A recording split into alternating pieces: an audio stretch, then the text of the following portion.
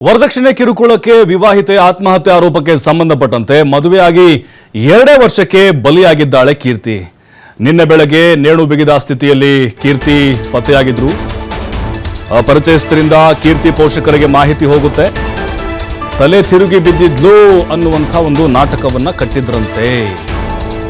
ಗಂಡ ಮತ್ತು ಗಂಡನ ಮನೆಯವರು ಈ ರೀತಿ ಕತೆ ಕಟ್ಟಿ ಅವ್ರ ಮನೆಯವರು ಹೇಳ್ತಾರೆ, ಗುರುಪ್ರಸಾದ್ ಗಂಡ ವರದಕ್ಷಿಣೆ ಕಿರುಕುಳ ಆರೋಪ ಈಗ ಕೀರ್ತಿ ಪೋಷಕರು ಮಾಡ್ತಾ ಇದ್ದಾರೆ.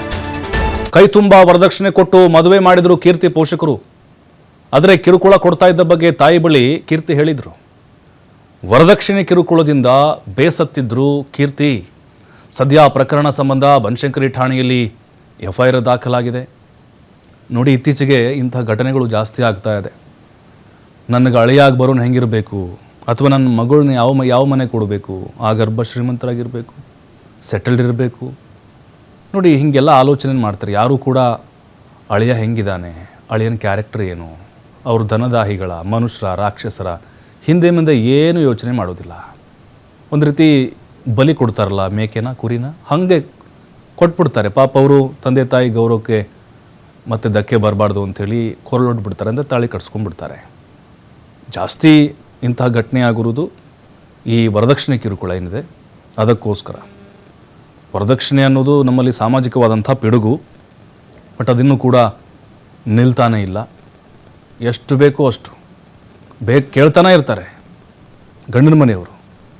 ಆದರೆ ಕೆಲವು ಕಡೆಗಳಲ್ಲಿ ಈ ವರದಕ್ಷಿಣೆ ಇಲ್ದಂಗೆ ಮದುವೆ ಆಗ್ತೀವಿ ಅಂದರೂ ಕೂಡ ಹೆಣ್ಣು ಸಿಗ್ತಿಲ್ಲ. ಎಷ್ಟು ಜನ ಇದ್ದಾರೆ. 2023 ನವೆಂಬರ್ನಲ್ಲಿ ಕೀರ್ತಿ ಗುರುಪ್ರಸಾದ್ಗೆ ಮದುವೆ ನಡೆದಿತ್ತು. ಸುಮಾರು 30 ರಿಂದ 35 ಲಕ್ಷ ಖರ್ಚು ಮಾಡಿ ಮದುವೆ ಮಾಡಿರ್ತಾರೆ. ಧಾಮ್ ಧೂಮ್ ಮದುವೆ ಇತ್ತು, ಗ್ರ್ಯಾಂಡಾಗಿ ಮಾಡಿದ್ರು. ಮದುವೆ ಬಳಿಕ ಹಲವು ಬಾರಿ ಗುರುಪ್ರಸಾದ್ಗೆ ಹಣ ನೀಡಲಾಗಿತ್ತಂತೆ. 2020 ಡಿಸೆಂಬರ್ನಲ್ಲಿ ಮನೆ ಕಟ್ಟೋಕೆ ಮತ್ತೆ 10 ಲಕ್ಷ ರೂಪಾಯಿ ಕೊಟ್ಟಿದ್ರು. 10 ಲಕ್ಷ ರೂಪಾಯಿ ಕೇಳಿದ್ರು. ನಿನ್ನೆ ಬೆಳಗ್ಗೆ ಯಡಿಯೂರು ಕೆರೆ ಬಳಿಯ ಮನೆಯಲ್ಲಿ ಕೀರ್ತಿ ಆತ್ಮಹತ್ಯೆ ಮಾಡಿಕೊಂಡಿದ್ದಾರೆ. ತುಮಕೂರು ಜಿಲ್ಲೆ ಮಧುಗಿರಿ ತಾಲೂಕಿನವರಾಗಿದ್ದಾರೆ ಕೀರ್ತಿ ಕುಟುಂಬಸ್ಥರು. ನೋಡಿ, ಕಣ್ಣೀರು ಹಾಕ್ತಾ ಇದ್ದಾರೆ ಪಾಪ. ತಾಯಿ ಭಾಳ ಮುದ್ದಾಗಿ ಬೆಳೆಸಿದ್ರು ಮಗಳನ್ನ. 30-35 ಲಕ್ಷ ಖರ್ಚು ಮಾಡಿ ಮದುವೆ ಮಾಡಿದರು.